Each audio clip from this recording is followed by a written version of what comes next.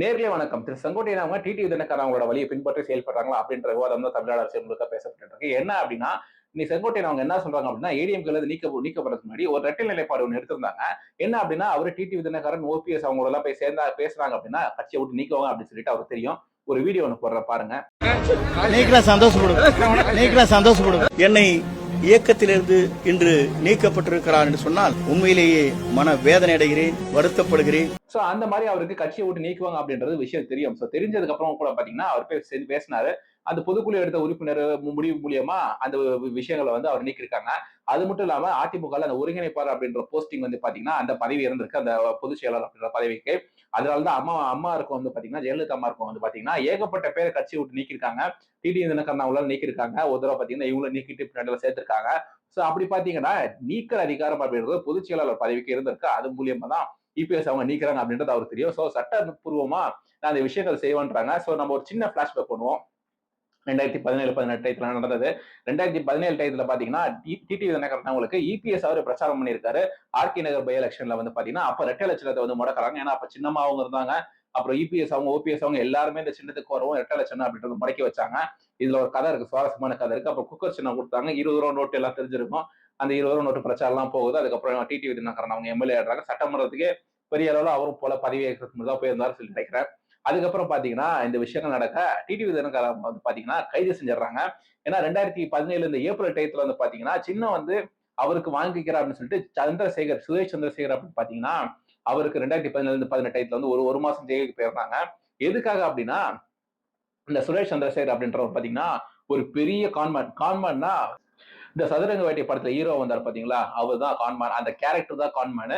அந்த கான்மேன்னா தொடர்ந்து அவர் ஏமாத்திட்டே இருக்கதான் கான்மேன். அந்த மாதிரி ஒரு கான்மேன் கிட்ட போயிட்டு அவர் ஒரு 5 கோடியோ 10 கோடியோ போய் ரேட்டு பேசியிருக்காரு. அது விசாரணையில இருக்கு. டெல்லி போலீஸ் தான் வந்து கைது பண்ணிட்டு போறாங்க. ஒரு 4 நாள் விசாரணைக்கு அப்புறம் ஒரு மாசம் ஜெயில இருந்தாங்க. ஜூன் 1 2017-18 இந்த டயத்துல வந்து அவருக்கு பெயில் கிடைக்குது. ஒரு மாசம் அவரு உள்ள இருந்தாரு. எதுக்காகன்னா இந்த சின்னத்துக்கு லஞ்சம் கொடுத்துக்கிறார் அப்படின்றதுக்காக இருந்தாங்க. அதுக்கப்புறம் இந்த கேஸ் அப்படின்றது போயிட்டே இருந்திருக்கு. அதுக்கப்புறம் வெளியே வந்ததுக்கு அப்புறம் பாத்தீங்கன்னா ஒரு 18 எம்எல்ஏக்கள் டிடிவி தினகரன் அவங்களுக்கு சப்போர்ட் பண்றாங்க.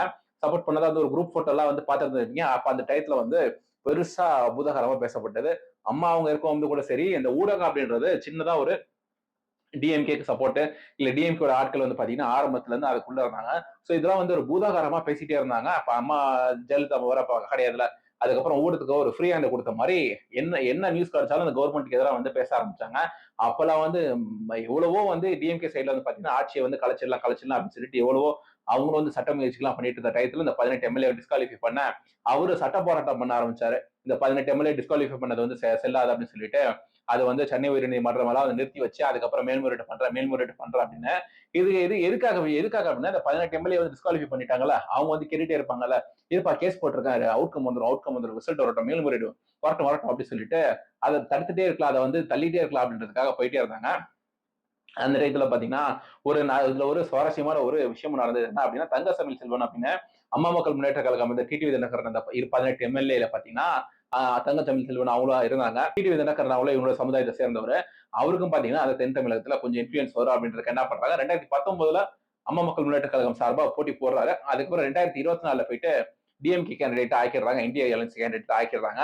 2024 பாத்தீங்கன்னா அவர் வெற்றி பெற்றாரு.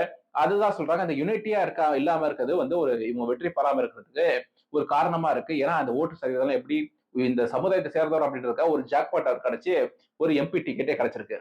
அப்ப பாத்தீங்கன்னா இந்த சட்ட போராட்டம் பண்றது அப்படின்றது ஒரு பிளாஷ்பேக் மூலியமா வந்திருப்பேன். உங்களுக்கு இப்ப புரிஞ்சிருக்குன்னு நினைக்கிறேன். இந்த சட்ட போராட்டம் பண்றது அப்படின்றது அவருக்கு இந்த ரெட்டலை கேஸ் மூலியமா இருக்கட்டும், இந்த 18 எம்எல்ஏக்கள் கேஸா இருக்கட்டும், சட்ட போராட்டம் தொடர்ந்து இப்ப இந்த நோக்கம் அவரோட நோக்கம் என்னவா இருக்கு அப்படின்னா, இப்ப டிடிவி அவங்களோட நோக்கம் என்னன்னே சொல்லி தெரியல. ஆனா அவரோட நோக்கம் என்னவா இருக்கு அப்படின்னா, அவர் ஆரம்பத்துல இபிஎஸ் இந்த கட்சி வந்து இந்த இபிஎஸ் கையில முன்னாடி போறதுக்கு முன்னாடி ஏடிஎம்கே கட்சியை வந்து கைப்பற்றணும், சின்னமா அவங்க இல்லாமலே வந்து கைப்பற்றணும் அப்படின்ற மாதிரி நினைச்சிருந்திருக்கலாம். ஆனா அதுக்கப்புறம் அவரோட எண்ணம் வந்து முழுக்க இபிஎஸ் அவங்க முழுக்க ரெவென்யூ பண்ணணும் அப்படின்ற எண்ணமா தான் இருக்கு. ஓபிஎஸ் அவங்களுக்கு அவர் கட்சியை விட்டு நீக்கிற வரைக்குமே அவர் கட்சியை தலைமை கைப்பற்றணும் தான் நினைச்சாரு. அப்புறம் இப்போ ஒரு 6 மாசத்துக்கு முன்னாடி வரைக்கும் கூட அதான் அவரோட எண்ணமா இருந்திருக்கும். ஆனா இப்போ நடக்காதுன்னு சொல்லி தெரிஞ்சு இப்ப என்ன நினைச்சிட்டாங்க அப்படின்னா செங்கோட்டையன் அவங்களோட சேர்ந்த எல்லாமே என்னன்னா இபிஎஸ் அவங்க வந்து ஆட்சி அமைச்சக்கூடாது, சிஎம் ஆயிடக்கூடாது அப்படின்றதுதான் அவங்களோட நோக்கமா இருக்கு.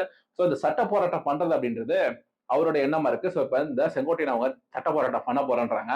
இந்த சட்ட போராட்டம் வந்து என்னைக்கா இருந்தாலும் அவருக்கு கை கொடுக்காது. ஒரு அரசியல் பண்றது மூலியமா அவர் போய் திமுக தான் இணையணும் அப்படின்னு சொல்லி கிடையாது. அதெல்லாம் அவரோட ஆப்ஷன். மேபி இன்னொரு தடவை இபிஎஸ் அவங்க கூட பேசலாம். பேசினா கூட இபிஎஸ் அவங்க எம்எல்ஏ சீட்டு கூட கொடுக்க மாட்டாங்க அப்படின்றது நிதர்சனமான உண்மை. அது எல்லாருக்கும் தெரிஞ்சதுதான். அந்த கண்ணாடி வந்து உடைஞ்சு போச்சு, ட்ரஸ்ட் வந்து உடைஞ்சு போச்சு அப்படின்னா அதுக்கப்புறம் திருப்பி கிடைக்காது அப்படின்றது நம்ம எல்லாருக்கும் தெரிஞ்சதுதான். சோ அந்த மாதிரி ஒரு ட்ரஸ்ட் எல்லாம் உடைஞ்சு போச்சு. அந்த ட்ரஸ்ட் உடைஞ்சு போனதுனால திருப்பி ஏடிஎம்கேல சேர்த்துப்பாங்க அப்படின்றது ரொம்ப ரொம்ப பெரிய விஷயம் தான். அது ரொம்ப சேர்த்துக்கிட்டாங்கன்னா ரொம்ப நல்ல மனசு இபிஎஸ் அவங்களுக்கு சொல்லியிருந்தான். அப்புறம் பாத்தீங்கன்னா அவரு வந்து அரசியல் பண்றது ஏதோ ஒரு டிவிகேல போய் சேர்றது இல்ல டிடி தினகரன் கூட இருந்து அமமுக முன்னேற்ற கழக கேண்டிடேட் ஜெயிக்கிறது வெற்றி பெற வாய்ப்பை நோக்கி போறது டிஎம்கே வந்து போலாமா அப்படின்றது ஏன்னா ஒரு 50 வருஷமா வந்து ஏடிஎம்கே ஆரம்பிச்சு 82 எம்ஜிஆர் அவங்க கையிலேயே அமைச்சர் பதவி வாங்குற அளவுக்கு பொசிஷன்ல வந்தாரு. நம்ம ஆல்ரெடி வீடியோஸ்ல பேசியிருந்தோம். சோ அவரு டிஎம்கேல போய் சேர்றது அப்படின்றது ரொம்ப கடினமான விஷயம் தான். சோ ஆக மொத்தத்துல நம்ம என்ன பார்க்கோம் வந்து அதை பத்தி என்னென்ன எல்லாருக்கும் என்னென்ன பிரச்சனை அப்படின்றத ஒரு டாக்குமெண்ட்ரி பண்ணி ஒரு தனியாக ஒரு வீடியோ போடுவோம். இந்த கொரோனா பத்தி ஒரு டாக்குமெண்ட்ரி கண்டிப்பா ஒரு அடுத்த வாரத்துல அதுக்கு அடுத்த வாரத்துல வரும். அதுக்கப்புறம் இவங்க எல்லாருக்குள்ளயும் இண்டிவிஜுவலா என்னென்ன பிரச்சனை அப்படின்னு சொல்லிட்டு அதுக்கு ஆதாரங்களா தேடிட்டு இருக்கோம். அந்த மாதிரி அது ஒரு டாக்குமெண்ட்ரியா வரும். அந்த மாதிரி அப்புறம் 2017 வந்து அம்மா மறைவுக்கு அப்புறம் வந்து பாத்தீங்கன்னா இந்த டைத் 2024 இந்த 2023 வரைக்குமே என்ன நடந்தது, ஓபிஎஸ் கட்சியில நீக்கிற வரைக்கும் என்ன நடந்தது அப்படின்னு பத்தி ஒரு டாக்குமெண்ட்ரி இன்னொரு ஒரு வாரம் 2 வாரத்துல வந்து ரொம்ப டீட்டெயிலா வரும். ஸோ சேனலுக்கு புதுசாக வந்து சப்ஸ்கிரைப் பண்ணிக்கோங்க, உங்க ஃப்ரெண்ட்ஸுக்கு ஷேர் பண்ணுங்க.